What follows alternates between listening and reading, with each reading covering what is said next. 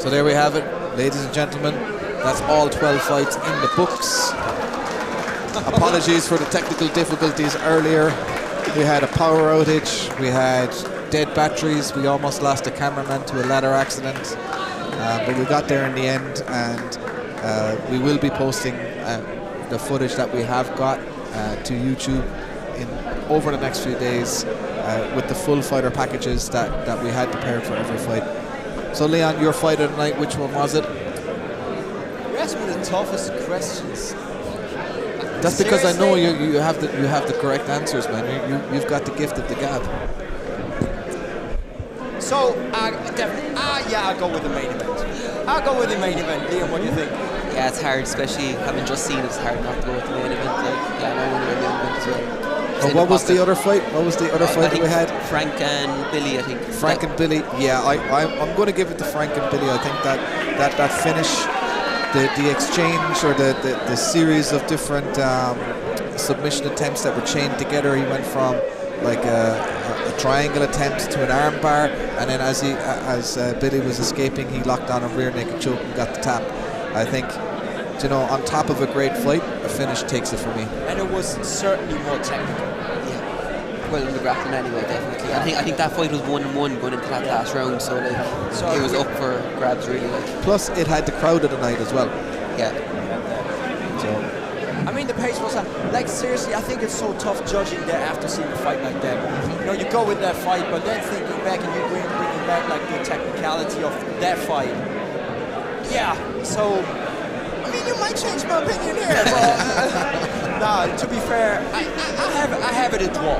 Yeah, I think if we reverse positions and had this fight 10 and the other one the last fight, we would have given that one the fight you would have. to go. Yeah. It's recency bias, I think, is what that's called, right?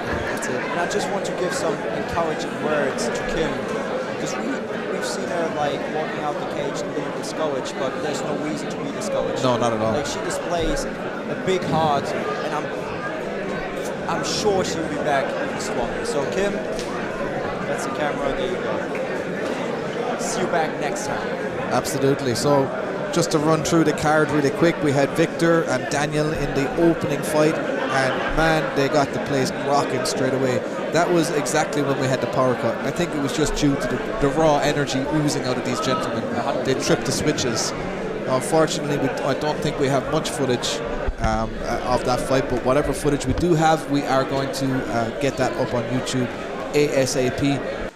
Dave, the Dub, and Arthur Fortsman gave us a really technical matchup.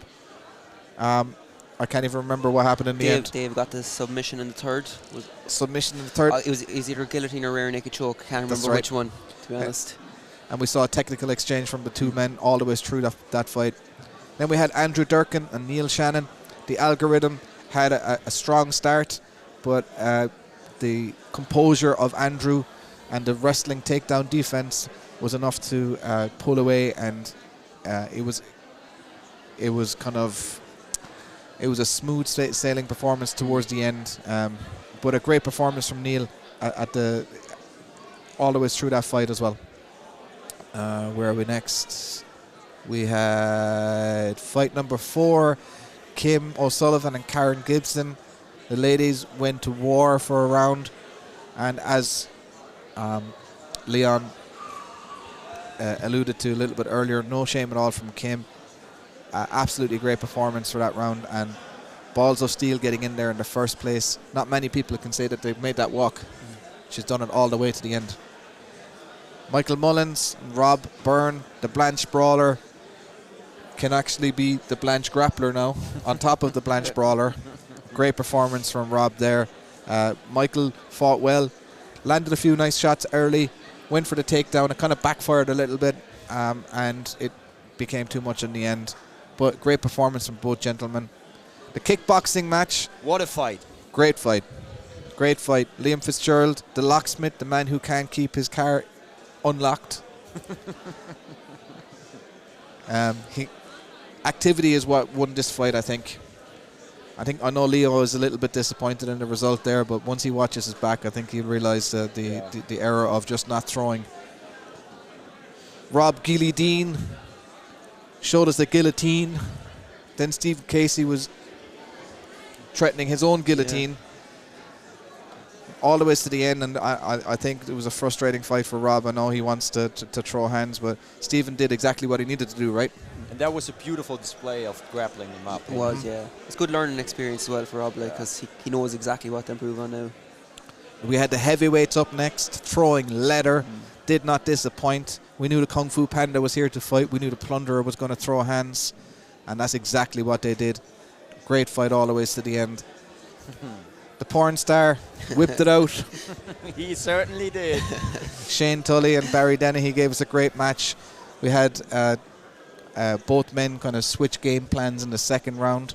And good finish in the end from Mr. Shane Tully. And who do we have after that? We had my main event of the night, Billy and Frank. Frank with that slick submission, rear naked choke at the end of the third round. Great fight up until that point also.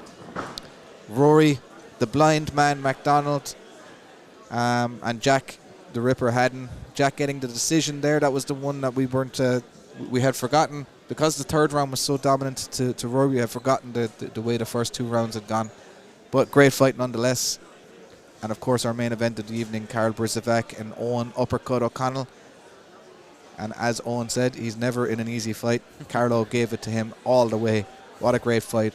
Great card.